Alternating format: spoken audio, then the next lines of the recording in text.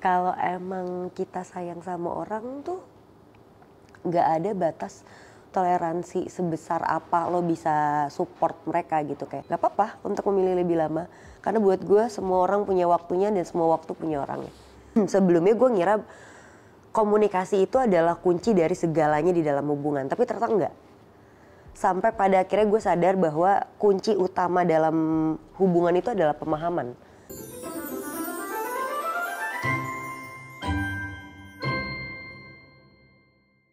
Halo semua, selamat datang kembali di konten terbarunya Bloom Media. Halo Hati, di segmen terbaru Tanya Halo. Bersama gue Firdendira, dan kali ini memang kita ada di segmen yang dimana kita akan bacain seluruh DM atau cerita-cerita yang masuk ke kita melalui Instagram, kolom komen YouTube, ataupun kolom komentar TikTok, dan juga email yang ada di Halo Hati atau di @bloommedia. Jadi kalau teman-teman mau cerita sama kita, boleh aja tinggal langsung DM aja ke Instagram Halo Hati ataupun ke Instagramnya Bloom Media. Dan sekarang kita masuk ke cerita yang pertama. Ini akan kita pop up di sini. Yang pertama, topik pembahasan sahabatan. Dimana saat ini posisi dia, gue bacain dulu lah ya. Saat ini posisi gue punya pacar yang sahabatan sama cowok yang udah dianggap kayak keluarga sendiri. Sampai titik itu gue fine-fine aja, tapi mungkin bentuk insecure gue terhadap sahabatnya, mungkin perlakuan dia ke sahabatnya ketimbang ke gue. Ada suatu saat kalau lagi ngumpul bareng sama sahabat cowoknya, gue merasa kayak keberadaan gue gak ada di momen itu. Merasa mereka tuh asik aja berdua, dan pacar gue merasa itu hal yang gak apa-apa, dan merasa gak berlebihan ke sahabatnya. Pacar gue bahkan lebih milih sahabatnya ketimbang gue. Sampai sini gue bingung ngadepinnya dan tindakan apa yang harus gue lakuin. Satu sisi gue gak mau ngejauhin dia sama sahabatnya, pengennya baik-baik aja. Satu sisi dia gak merasa kalau apa yang dia lakuin itu berlebihan di saat dia udah punya pasangan. Meskipun gue udah terbuka, udah keluarin apa yang gue rasain, tapi tetap aja dia merasa apa yang gue rasa tuh berlebihan. Padahal yang gue rasain itu nyata kejadian di depan mata gue. Dia treat dia ke sahabatnya sendiri itu berbeda. Gue ngerasa sedih aja saat dia lebih memilih gak ngebatasin perlakuan ke sahabatnya. Oke, fine. Ini adalah kolom komen di postingan episode waktu gue sama Bocum bahas kalau cewek sama cowok tuh nggak bisa sahabatan. Menurut gue sebenarnya bisa aja cewek sama cowok tuh sahabatan, tapi salah satunya harus nggak suka sama lawan jenis. Karena emang gak munafik ya, kadang ada perbedaan-perbedaan ketika misalnya perlakuan pasangan kita tuh berbeda sama perlakuan dia kepada sahabatnya yang terlalu berlebihan. Ada beberapa pasangan yang enggak se-open minded itu. Ada juga beberapa pasangan yang memang ngerasa itu hal yang lumrah. Makanya menurut gue pribadi, respon dari cerita ini, dulu tuh gue akan bilang bahwa sebelumnya gue ngira komunikasi itu adalah kunci dari segalanya di dalam hubungan. Tapi ternyata enggak. Sampai pada akhirnya gue sadar bahwa kunci utama dalam hubungan itu adalah pemahaman. Dimana pemahaman adalah segalanya lagi, kayak it's all about understanding aja lo sama pasangan lo tuh kayak gimana. Karena buat gue segala hal tuh bisa dikomunikasiin. Tapi ternyata gak segala hal tuh bisa dipahamin sama orang. Dan kalau misalnya komunikasinya kalian lancar tapi pemahaman yang gak ada, it's a chaos, man. Jadi menurut gue, lu udah bagus untuk bisa ngomongin itu kepada pasangan lo. Tapi kalau lo ngerasa pasangan lo tuh emang gak kompeten untuk bisa ngerti kondisi lo, kayaknya lo perlu ngambil tindakan yang lebih keras deh. Itu pendapat gue ya. Karena ya tadi balik lagi kayak gue bilang, bahwa cewek dan cowok tuh gak selamanya bisa sahabatan. Kalau lo udah ngerasa itu ngebuat lo risih, lo udah ngerasa bahwa hal tersebut itu sudah terlampau berlebihan, terus sudah ngerasa kayak ini kayaknya gak fair buat di hubungan kalian, kayaknya lo perlu ngambil tindakan yang jauh lebih tegas gitu, daripada sekedar hanya memberitahukan ke dia apa yang lo rasain tentang perlakuan dari pasangan lo kepada orang lain, kepada sahabatnya.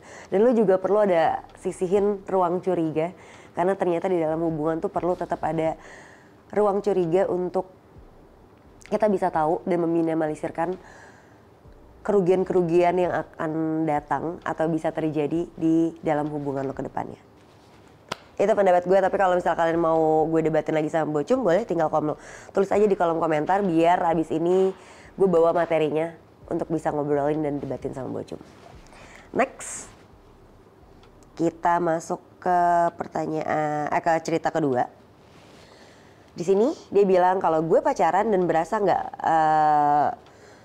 nggak ngebebanin pasangan gue dengan nggak pernah minta apa-apa. Tiap jalan kita gantian bayar, ada proyek kita bagi dua. Intinya kita sama-sama untung dan kita sama-sama kerja punya penghasilan.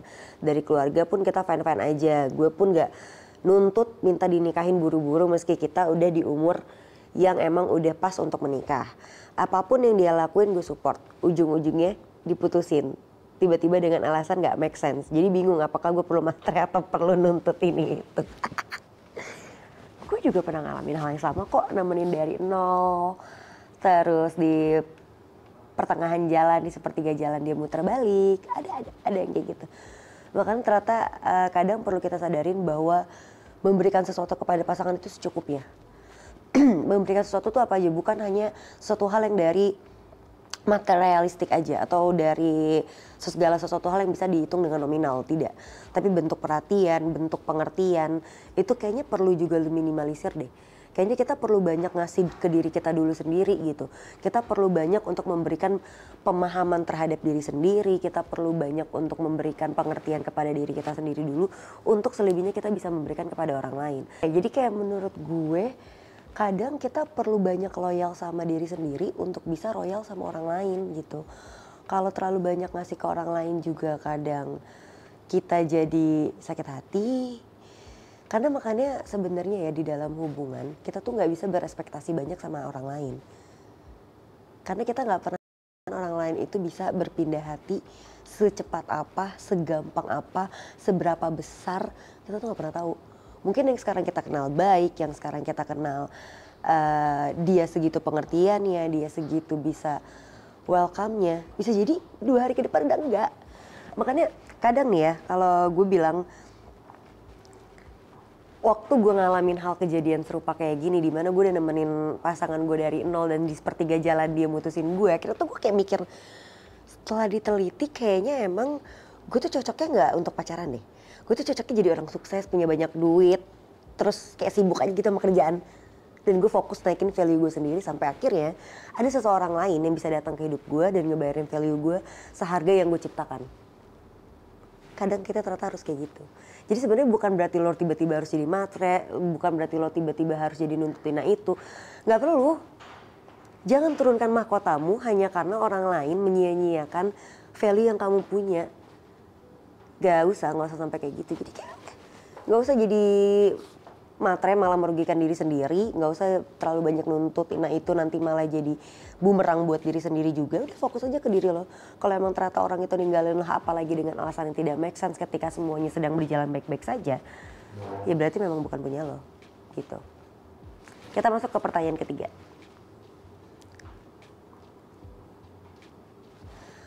Aku juga saat ini bisa dibilang lagi biayain laki. Oh, plus keluarganya. Anjay. Semenjak direstuin tunangan. Oke, seakan-akan keluarga dia iya ke keluarga aku. Jadi masa-masa sulit mereka pun harus aku ngertiin. Bahkan harus aku bantu. Karena kondisi lakiku yang sekarang kerja serabutan di rumah, banyak keperluan keluarganya yang kurang. Jadi harus gue bantu cukupin, tapi semakin kesini aku ngerasa kayak udah kewajiban aku sebagai anak. Padahal aku sendiri aja gak pernah minta apa-apa. Kalau dihitung-hitung mungkin aku udah habis lebih dari 10 juta buat keluarga dia dalam jangka waktu 2 tahun. Bagi aku yang anak miskin dan gaji 5 juta dengan tanggungan masih ada orang tua, adik sekolah dan ditambah keluarganya dia. Menurut aku ini udah berat banget. Berasa aku diandelin sama keluarga dia. Dan menyebalkannya dia santai aja. Kalau diungkit malah dia minta aku ngertiin dia dengan kondisi keluarganya. Mulai capek tapi mau gimana lagi, cuma berharap aja kondisi bisa berubah. Mungkin saat ini dia lagi susah dan aku harap dia gak lupa jika suatu saat kondisinya udah baik, dia gak ngelupain apa yang udah aku lakuin buat dia dan keluarganya. By the way, kita udah mau menuju pernikahan. Aku beli rumah dan tanah sendiri dekat orang tuanya dia dan dia cuma bantu jasa ngurusnya tanpa mengeluarkan uang sepeser pun. Menurut Mimin, kondisi yang baik buat aku ngadepin dia sekarang gimana dan harus bagaimana? Tadi nge-applause buat lo. Karena ini kondisinya cewek ya. Cewek yang biayai sebenarnya. Kalau emang kita sayang sama orang tuh gak ada batas toleransi sebesar apa lo bisa support mereka gitu. Kayak kalau ternyata akhirnya itu sudah memberatkan lo sampai akhirnya lo perhitungan hal tersebut, mungkin lo perlu nanya deh, besaran cinta yang lo punya untuk pasangan lo tuh seberapa besar. Karena hubungan itu emang saling melengkapi, tapi kalau hubungan itu memang harus saling melengkapi. Tetapi ketika di dalam proses melengkapinya itu lo ngerasa terbebani, kayaknya itu memang perlu didiskusikan atau dikurangkan. Gak bisa dipaksain terus menerus juga untuk lo suggest ke dia terus, lo support ke dia terus. Kita bicara nominal semua orang tuh sensitif, bicara uang tuh semua orang sensitif, seberapa persen pun yang lo punya. Jadi kalau emang ternyata ini udah ngebebanin lo perlu ngomong sama dia atau lo perlu batasin diri lo untuk bilang tidak. Karena ternyata gue setuju apa kata Ko Ernest pernah nge-tweet, dia bilang gini, orang yang gak enakan akan selalu bertemu sama orang yang tidak tahu diri. Maka ketika lo punya keberanian dan ketika lo bisa untuk mengatakan tidak, itu adalah ilham paling besar, itu adalah kenikmatan yang paling besar yang perlu lo bisa hargain. Belajarlah untuk bilang tidak untuk suatu hal yang akan membebani lo, daripada nantinya udah lo support, lo bantu segala macam, ternyata lo malah sakit hati sendiri. Karena gue pernah bilang memang, teruslah menjadi baik sekalipun nama lo sedang tidak baik-baik saja di dalam cerita orang lain. Tetapi kadang lo perlu tahu seberapa besar kebaikan yang bisa lo berikan kepada orang-orang yang gak bisa ngehargain kebaikan lo. Lo tetap perlu baik, tapi ada limit. Tapi lo boleh ngasih batasan itu sendiri. Karena hidup lo ada di tangan lo yang megang personaling sendiri terhadap diri lo, terhadap kehidupan yang akan lo jalanin. Jadi sah-sah aja untuk lo bisa punya batasan-batasan tersebut. Menurut saran gue lo harus ngomong sih. Lo bilang ke pasangan lo, apalagi sudah mau menuju pernikahan kan. Ini yang belum ke pernikahan aja lo ngerasa terbebani. Apalagi nanti ketika lo sudah masuk ke dalam ikatan suci yang dimana itu adalah ibadah seumur hidup lo. Durasinya jauh lebih panjang. Kalau saran gue, better lo duduk bareng terus lo sampein bahwa gue merasa keberatan kalau lo kayak gini, apalagi gue gak ngelihat lo berusaha apapun itu, lo cuma santai-santai aja, nikmatin aja. Karena bener kata Bocim bilang, lo gak bisa nyuapin orang yang males sampai kapanpun. Lo bisa nyuapin orang yang mau belajar, yang ada keinginan untuk masih mau berkembang. Tapi lo gak bisa nyuapin orang yang cuma sekedar mau tanpa berusaha. Ya tadi gue bilang, orang yang males. Itu menurut gue sih, karena sekarang akhirnya gue paham kenapa kita perlu setara. Setara tuh bukan hanya soal sekedar materi, setara tuh bukan hanya sekedar soal pendidikan, achievement, karena itu semua tuh bisa dikejar seharusnya ketika orang itu tidak malas. Tapi setara itu lebih kepada soal pemikiran, mindset, effort, itu tuh perlu setara. Untuk ngebuat lo tuh gak ngerasa too much atau too less memberikan sesuatu kepada orang lain. Karena jadinya kayak gini, ketika lo ngerasa gue berlebihan banget nih, too much banget nih gue ngasih ke mereka. Sedangkan mereka too less banget ngasih ke gue. Mereka sekurang itu untuk ngasih ke gue. Akhirnya jadinya apa? Jadinya perbandingan, jadinya komparisi, jadinya nggak tulus apa yang udah lo jalanin. Ujung-ujungnya dosa juga kan.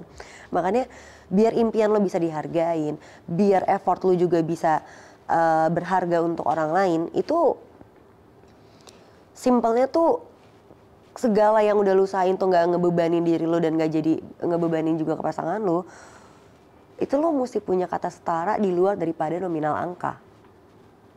Dan tadi gue bilang, bentuk penghargaan, bentuk perhatian, itu perlu setara. Karena seumur hidup itu lama guys. Maka bersamalah sama orang yang menurutku sejalan, itu penting. Nah makanya kenapa memilih pasangan itu nggak cukup untuk sekedar kayak kita lihat bibit-bibit bobotnya udah jelas aja, nggak hanya sekedar itu. Lebih daripada itu, nggak apa-apa untuk memilih lebih lama, karena buat gue semua orang punya waktunya dan semua waktu punya orangnya.